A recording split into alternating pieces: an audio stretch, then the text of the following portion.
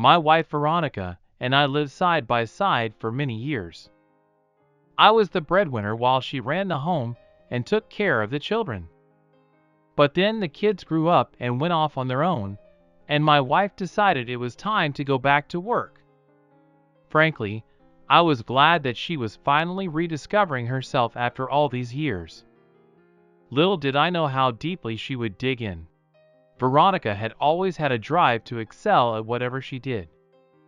That was why she had once decided to quit her job to become the best mother in the world. And now she set her sights on achieving high results at work and quickly climbing the corporate ladder.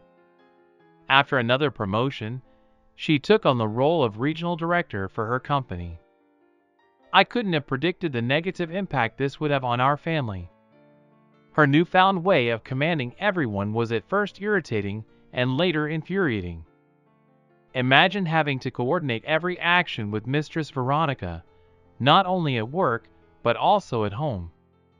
No matter what anyone did, it was never right. Our children visited less often, and my nerves were frayed. Veronica had completely abandoned her domestic duties, and repeatedly tried to taunt me about how her salary was now higher than mine. These were all presented as jokes, but these jokes wounded my male ego, and my wife seemed oblivious. That's when I exploded in response to her sarcastic taunts.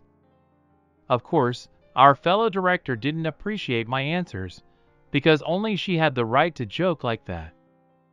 This led to arguments. I was often exhausted from these arguments, and didn't know what to do next. And then one day Veronica came back from work and announced that there was a company New Year's party the following week, and I had to go with her to show her colleagues that she wasn't just a good boss, but also a wonderful wife. Veronica, our relationship was hanging by a thread. And you want me to go to an event with you and play the role of a happy husband? You've forgotten our home and all the effort you put into raising our children only to strain your relationship with them. Even with me, you treat me like I'm your subordinate, and yet you're worried about what your colleagues will think of you. Of course, they don't know what's really going on in your family. So you won't go, my wife said coldly. A week passed, and my wife went to the party alone. She came back late, but didn't come into the bedroom. She spent the whole night in the kitchen, and I was sure she was feigning pain. I was determined not to give in. I wanted her to think about her behavior, and you know what? It worked. After her solo outing to the company event, my wife became mellow again. My old Veronica returned, and my happiness knew no bounds. The house was peaceful and quiet again. And after a few weeks, there was a photo report from the company event on her website. I saw the photos before her and decided to tease her, to act a little jealous. Let me tell you, she was in all the pictures with some guy that I saw, and I understood immediately. She would get a little worried that her husband was jealous. She would try to justify herself, be confused, say that I was joking, and that she only needed me.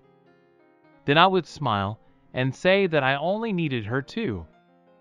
Veronica would realize it was a joke, and I would give her a bouquet of flowers. That was my plan. I would order the flowers, wait for her to get home from work, and as soon as she entered the apartment, I would start. She's here, and I'm looking at pictures from your company event. Who's that guy who was with you all night? Is there something going on between you two? I paused, expecting an answer from Linda, but she remained silent. So I continued, You don't have to answer. I already know there's something between you two. I paused again, but my wife just lowered her eyes to the floor. Why are you silent? I started to falter because Veronica's silence was beyond my script. I thought maybe something had happened to her, and here I was with my jokes. But then my wife started talking. I'm sorry, Len, I was hoping you wouldn't find out. Your words before the company event hurt and embarrassed me, and then there was the alcohol.